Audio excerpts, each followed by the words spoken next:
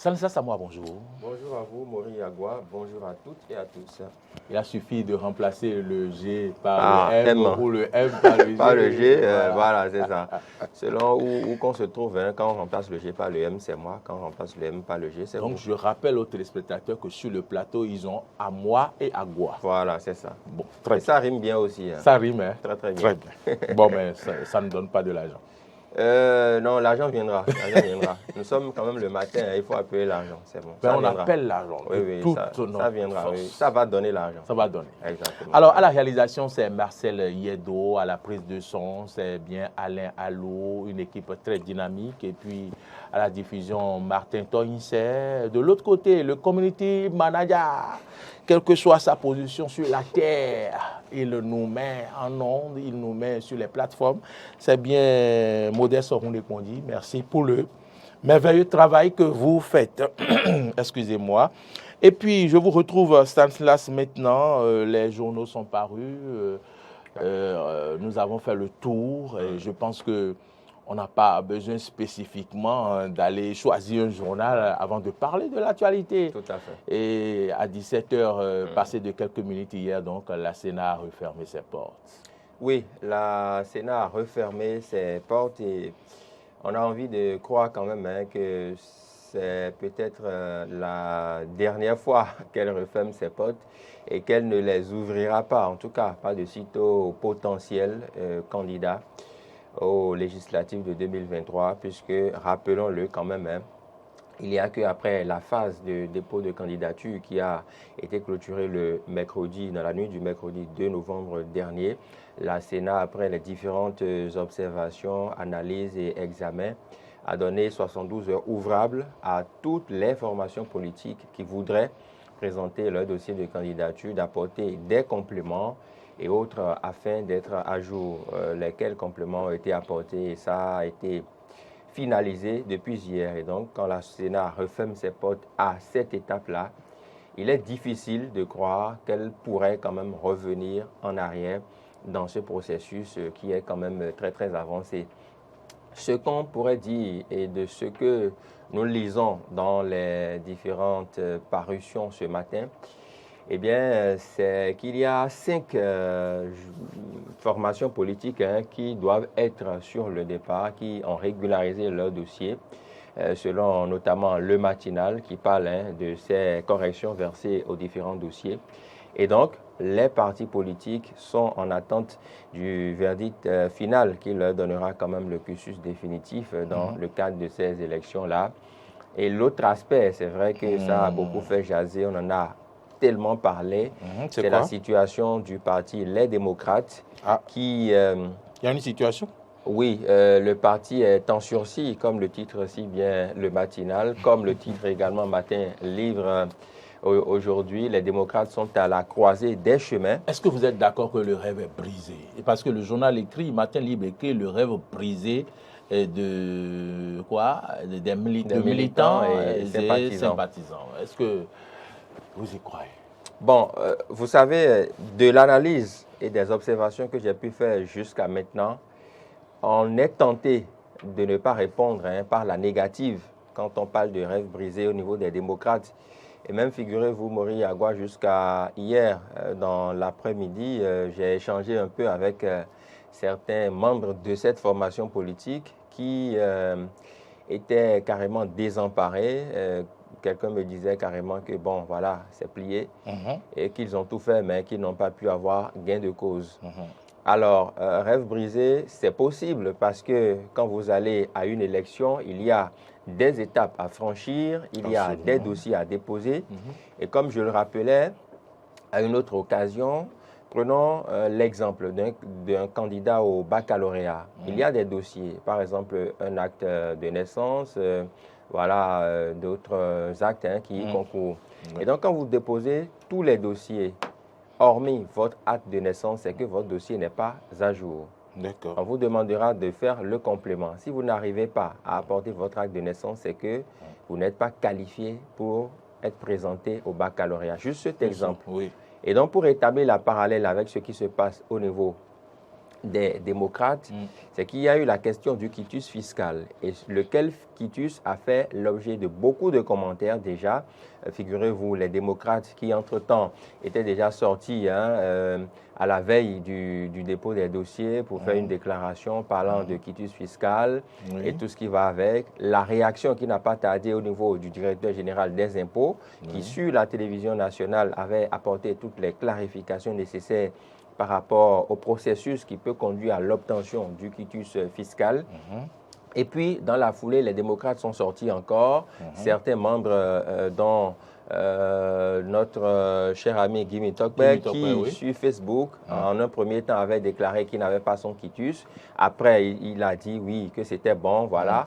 Et donc, dans la foulée, les démocrates qui, ce lundi dernier, avons-nous appris de sources bien concordantes, qu'ils étaient allés rencontrer le directeur général des impôts, toujours au fait de discuter autour de la question du quitus fiscal. Donc, c'est dit qu'ils ont mené quand même des démarches. Je ne sais pas qu'est-ce qui n'a pas marché, est-ce que ça a abouti ou pas, parce que ne l'oubliez pas, et je le disais hier, il y a que certaines formations politiques pourraient se sentir un peu lésées ou un peu frustrées quand elles estiment que, bien, nous, on a tout fait pour nous mettre en règle et que d'autres personnes, eh bien, ne soient pas en règle et qu'ils demandent certaines faveurs ou certains compromis. Et ça frise un peu de poids, de mesure. Vous avez suivi les propos du ministre des Affaires étrangères qui a dit qu'il n'y aura pas de, je ne sais pas, il n'y aura pas de compromis. Oui, tout à fait. Vous savez, c'est parce que dans un cas de figure pareil, si on en arrive là, c'est que...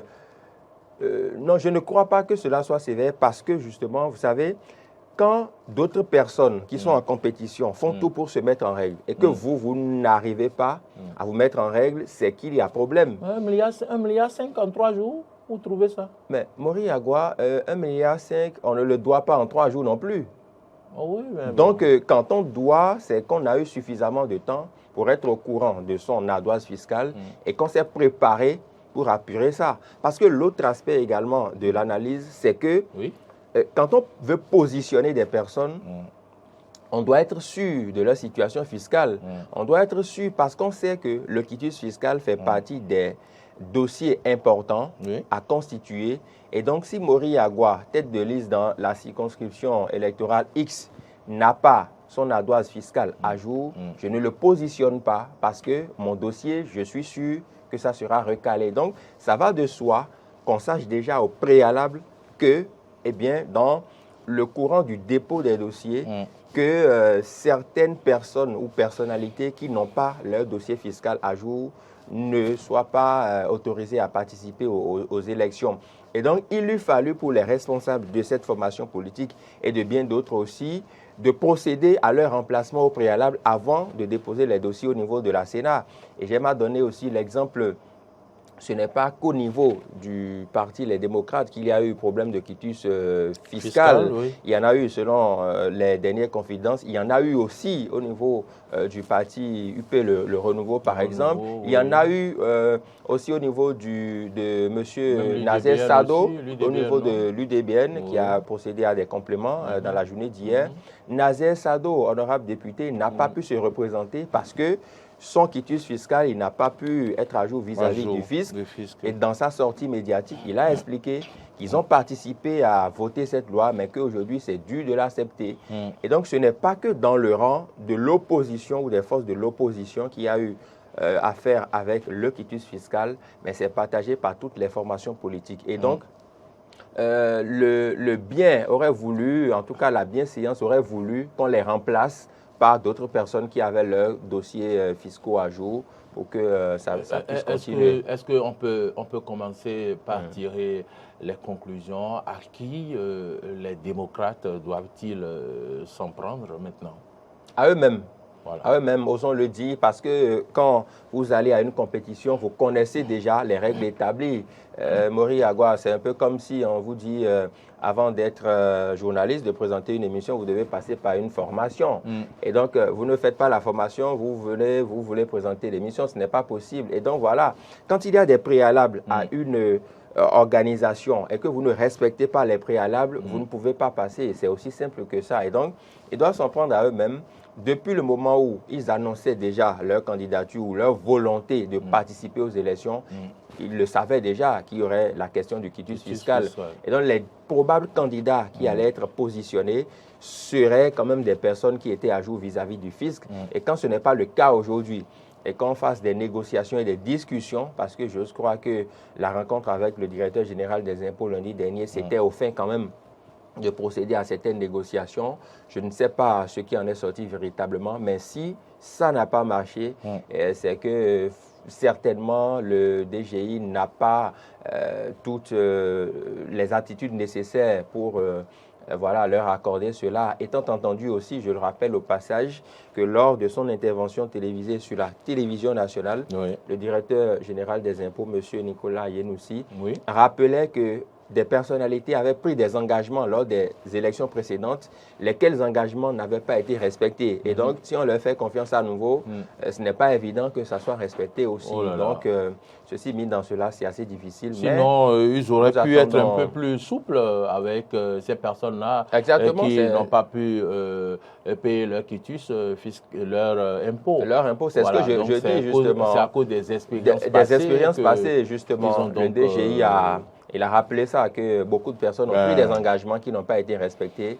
Et donc, on ne peut pas leur faire confiance à nouveau. Donc, de toutes les façons, nous attendons le verdict de la Sénat. Mais on connaît le verdict. De toutes les façons. Alors, est-ce que d'un changement de dernière minute, c'est jamais.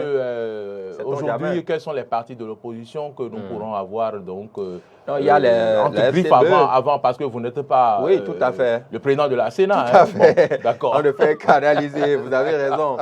Mais il y a déjà les FCBE qui sont là. Oui. Un coup de chapeau au passage au Bloc républicain. Oui, au Bloc républicain qui a eu son récépissé définitif. Le premier, même avant. Qui a présenté un dossier, comme on le dirait, le checké. Voilà, un dossier nickel. Et ils sont fiers. C'est pour cela justement que le débat avec les autres formations politiques, on a du mal à le faire parce que quand il y a d'autres formations politiques qui sont à jour, ça veut dire que vous aussi, vous pouvez vous mettre à jour. C'est quand même assez compréhensible. Laurent Roland-Tonnéquet dira que oui, ces partis ont de l'argent, les FCBE ont pris de l'argent de l'opposition. Non, vous savez, il y a des tests en vigueur. L'opposition est financée à droit à une carotte, donc ils ont de l'argent pour régler le problème. Vous savez, l'opposition a un chef de file. Et selon les tests, l'opposition, le chef de file de l'opposition, c'est M. Paul Rompin. C'est la FCBE, parce que la FCBE a eu un bon score lors des récentes élections. Ce sont les tests qui le disent. Et donc, si nous voulons respecter les tests, oui, la FCBE a un droit d'être financée parce que c'est ce que prévoient nos tests en vigueur. Ils n'ont pas enfreint aux tests en vigueur. Mais l'autre chose, c'est que quand des personnes veulent être candidates sur des listes, elles doivent s'assurer d'être à jour vis-à-vis du fisc. Et là, je convoque encore la sortie du DGI qui rappelait que quand on veut diriger un État, ces personnes-là qui aspirent à nous diriger doivent donner l'exemple. Et donner l'exemple, ça passe aussi par le paiement de ces impôts, par le paiement de ces taxes, par le paiement des redevances. C'est très important parce que ne l'oubliez pas, notre pays est essentiellement fiscal. Nous n'avons pas encore découvert des lingots d'or dans nos sous-sols. Et donc, nous vivons essentiellement sur une base fiscale. Et quand il y a ces recettes, c'est sur la base, justement, qu'on peut construire des écoles, des hôpitaux, construire des routes pour faciliter la vie aux Béninois. Et donc, à moins qu'il y ait un dernier changement ou un cataclysme, ou que ce parti puisse réunir par quelque magie les fonds à la dernière minute, eh bien, ce n'est pas évident qu'il puisse être sur le départ. Et puis un journal nous apprend que le 19 novembre prochain, que le Bloc républicain va donc envoyer en mission ces candidats-là sur sa liste. Oui, le Bloc républicain peut même déjà, dès aujourd'hui, envoyer les gens en mission, en attendant, bien sûr, l'ouverture de la campagne électorale qui est prévue pour le 23 décembre. Ils peuvent même démarrer la campagne électorale. Non, ils ne peuvent pas parce que les lois ne l'autorisent pas, ils vont tomber sous le coup de la loi s'ils commencent, c'est pas bon. Donc, la haute autorité... On rappelle que la campagne électorale démarre le 23. Le 23 décembre, voilà. Et la haute autorité de l'audiovisuel et de la communication avait organisé une séance à laquelle j'avais pris part. Et ils ont défini quand même ce qu'on appelle... En tant que journaliste de malade.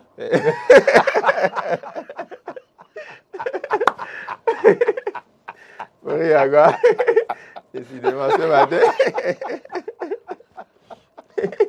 Bon, expliquez-leur ce que vous appelez journaliste de malade. Parce que certains ne vont pas peut-être comprendre. Ok, j'explique un journaliste de malade, c'est un journaliste compétent, quoi. Un journaliste de malade, donc il est compétent.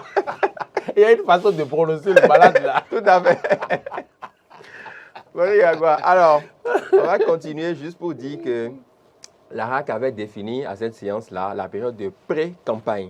Pré-campagne, voilà. Et donc, qui précède justement la phase de campagne proprement dite. Et donc, dans cette phase, oui, on peut quand même assister aux informations que nous donnons maintenant. La Sénat qui a fait ci, les partis qui sont en train de déposer, il y a eu ci, il y a eu ça. On peut essayer de donner ces informations. Mais à partir du lancement officiel de la campagne qui est prévu pour le 23 décembre, eh bien, les partis pourront officiellement faire leur propagande, leur campagne, voilà, essayer d'attirer la faveur des militants. Et donc, nous attendons patiemment le verdict de la Sénat. Mais pour ce qui est du bloc républicain, pour en revenir, moi, je pense quand même que c'est peut-être un peu tard, le 19 novembre, pour envoyer les gens en mission. Figurez-vous que Mouel Béné avait investi ses candidats la dernière fois. Donc, quand vous avez votre dossiers, bien avant le jour du dépôt, de la clôture du dépôt. Donc, quand vous avez vos dossiers à jour, vous pouvez investir vos militants, vos candidats, en attendant le lancement de la campagne. Donc, le 19 novembre, peut-être, c'est une date choisie pour avoir la présence de tous les membres, peut-être conformément aux agendas des uns et des autres. Voilà, et donc c'est peut-être ça. Nous attendons aussi que les autres formations politiques puissent entrer dans la danse. Les élections ont toujours été une occasion de fête dans notre pays. Oui. Et on voudrait quand même revivre ces beaux moments-là. Il y aura des invités qui vont manquer à la fête. Oui, certainement. On est obligé de l'accepter ainsi. Oui, comme vous savez, c'est comme à toute fête, comme à toute réception. Maurice Agua, quand vous organisez un événement, vous n'invitez pas tout le monde. Des gens se sentiront frustrés. Donc, ça a toujours été ça. En fait, la vie est naturellement sélective. Il y a des gens qui sont invités, d'autres qui ne le sont pas. Et puis, un parti qui semble s'inviter, MPL, c'est ça, non? Oui, Mouvement Populaire de Libération. Un parti de l'opposition? Bon. Mitigé. Réponse mitigée. Réponse mitigée, parce que... Comme le dirait l'autre. Oui, parce que... On saurait le dire, oui, ils peuvent être, ils se réclament, je pense, de l'opposition, mais la réponse est mitigée. Et je pense que c'est ce parti politique... Le parti de Korogoné? Oui, mais il n'est plus à la tête, je pense. Il a passé le témoin à un autre, son nom va me Moi, je ne sais pas, c'est hier qu'on en discutait un peu, je n'ai pas fouillé. Il a passé le témoin à un autre, son nom va me revenir. Mais je pense que c'est ce parti politique qui a introduit un recours au niveau de la Cour constitutionnelle, si j'ai bonne mémoire, parce que la Sénat, figurez-vous, a rejeté le dossier d'un parti politique, soit le MPL ou le NFN. Voilà, ça doit être le NFN. Donc le NFN qui d'ailleurs, pour en parler, a dû introduire un recours au niveau de la Cour constitutionnelle. Et la Cour constitutionnelle qui a convoqué... Laurent confirme que oui, Espérance TB. Laurent confirme que le MPL est un parti de l'opposition. Espérance TB, le président, l'a toujours martelé. Et puis, il a ajouté que c'est le NFN qui a fait donc un recours au niveau merci Laurent. Merci Laurent pour ta promptitude. Voilà, donc pour les précisions. Et donc, au niveau du NFN, ils iront avec la Sénat au niveau de la Cour constitutionnelle. Et c'est d'ailleurs pour cela que j'estime que quand vous vous sentez lésé dans vos droits, quand vous vous sentez brimé, vous pouvez toujours user des voies de recours qui vous sont offertes. Il y a que si le NFN avait dit, bon voilà, c'est plié pour nous, il ne serait pas entendu par la Cour constitutionnelle. Mais bon, je ne sais pas, MPL, donc, Laurent, oui, voilà. Espérance TB, le Martel, c'est un parti de l'opposition. On peut faire foi à ça. Bon, ok, d'accord. C'est un parti de l'opposition. Oui. Donc on aura, si tout va bien, deux partis de l'opposition dans la course. Tout au moins, sous réserve. Bon, deux partis de l'opposition. Sous réserve. Non, pas en griffe. Ce sont deux partis de l'opposition. FCBE. Oui. Maurice Yagua, nous, on n'a pas à dire mouvement si sous tel opposition. non. Les partis se déclarent être de l'opposition. Nous, on prend acte et la vie continue. D'accord. Donc, bon, ils sont de FCBE, l'opposition. opposition. Oui. MPL, opposition. On ne peut même pas, en l'état actuel, douter de ce que les FCBE sont de l'opposition. Pour la simple et unique raison que selon les tests en vigueur en République du Bénin, nous sommes des légalistes. On ne va pas agir outre les tests. Bon, et donc, en voilà, fait, je le dis parce que, vous tests, savez, les gens nous suivent. Il y a beaucoup de choses qui se disent dans l'opinion publique. Oui, ce qui se dit, moi, je vous amène à dire les choses et à clarifier pour que les gens comprennent un peu les choses. Sinon voilà. que dans la réalité... C'est juste une provocation que je fais pour que vous puissiez clarifier les choses. D'accord. Voilà, Sinon ce que les gens disent, ce n'est pas ça qui est vrai. Ce qui est vrai, et conformément au test en vigueur, c'est que les FCBE sont un parti de l'opposition. Ils ont d'ailleurs en leur sein le chef de file, conformément au test en vigueur. Et donc peut-être qu'au niveau de l'Assemblée nationale prochaine, si les choses changeaient, l'opposition pourrait basculer, pourrait changer de camp. Mais on n'en est pas encore là jusqu'à l'heure où nous émettons. C'est que les FCBE sont un parti de l'opposition, ils ont le chef de file, ils iront aux élections. Probable candidat, je vais dire probable parti donc aux élections législatives, 5 partis ou 6 au finish, on peut le dire. Oui, 5 ou 6. Si on vous demandait de voir un peu, on va dire... Fosco, Bénin émergent, MPL, UDBN, Boel Bénin, et puis Union progressiste de renouveau, Bloc républicain. Oui, on va attendre donc que le président de la Sénat fasse sa déclaration pour que nous puissions voir au regard des traitements, des observations et tout, quels sont les partis donc, qui seront en lice pour le 8 janvier prochain où nous irons aux élections législatives. On va finir rapidement par un dernier sujet, cette coupure d'énergie électrique ou cette panne de réseau qui a mis le département du Zou dans le noir, mais qui a vu la société se dépêcher à envoyer des groupes électrogènes et tout.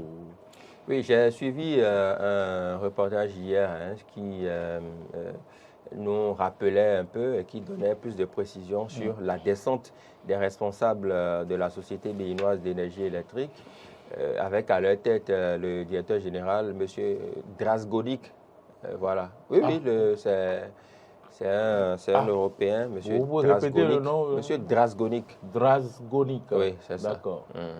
J'ai oublié le prénom, mais j'ai pu garder le nom quand même. D'accord. Donc, il est descendu avec son équipe sur le terrain pour voir un peu, parce que c'est une panne qui a quand même plongé les populations du Zou dans le noir pendant plusieurs jours.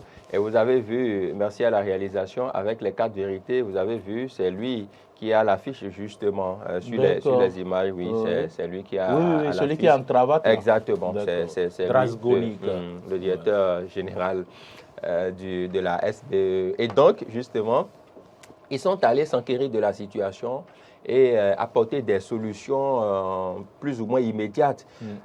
Pourquoi nous en parlons ce matin? Parce que vous savez, l'énergie électrique est assez vitale aujourd'hui pour toutes les activités.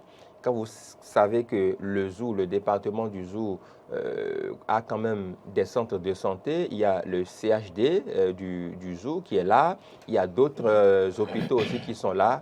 Quand vous savez qu'il y a des gens, on ne le souhaite pas, qui peuvent être en réanimation quand il y a coupure, quand vous savez qu'il y a des femmes enceintes qui doivent accoucher quand il y a coupure, quand vous savez qu'il y a des personnes qui doivent être sous perfusion, par exemple, quand il y a coupure, quand il y a des activités économiques aussi, au-delà de ça, qui doivent être interrompues, ceux qui ont des chambres froides, ceux qui ont des surfaces où la consommation est à base d'énergie électrique, ceux qui ont des climatisations, des appareils qui tournent sur la base de l'énergie électrique, on sait qu'une coupure, ça n'a jamais fait du bien. Et donc, moi, je salue la promptitude des autorités et je voudrais croire que les actions qui sont menées en ce moment sont de nature à éviter à notre pays et à ces localités-là de telles mésaventures, parce qu'une coupure d'énergie électrique, Ce sont des millions qui partent en fumée côté activité économique. Ce sont quand même des santé qui sont fragilisées. On ne va pas rappeler ici cette affaire au niveau du CNHU qui est toujours pendante, où des personnes sont passées de vie à trépas parce qu'il y a eu justement défection en matière d'énergie. Et donc, les coupures énergétiques ne sont pas souhaitables, mais nous saluons ce matin la promptitude des responsables de la Société béninoise d'énergie électrique. Voilà, vous saluez donc la promptitude donc, des responsables de la SB2E à travers son directeur Gérard Zagrodnik. Ah, voilà. Zagrodnik. C'est Gérard, le prénom. Gérard voilà. Zagrodnik. Gérard, voilà, voilà. C'est ça. Monsieur Zagrodnik, si vous nous suivez, salut à vous. Quand il avait été nommé, le nom a retenu mon attention et j'ai fait en des tout efforts cas, pour retenir ça. C'est Laurent encore qui m'a... Qui vous a envoyé ça, c'est ça. Gérard, voilà, c'est le prénom. Merci à donc Laurent qui doit être quelque part, voilà, peut-être dans son salon ou je ne sais où, ou dans son bureau quelque part, en train de nous suivre. On dit bonjour à la petite famille, avec bonjour à madame aussi. Qui nous suit, qui nous suit comme du lait, sur le feu.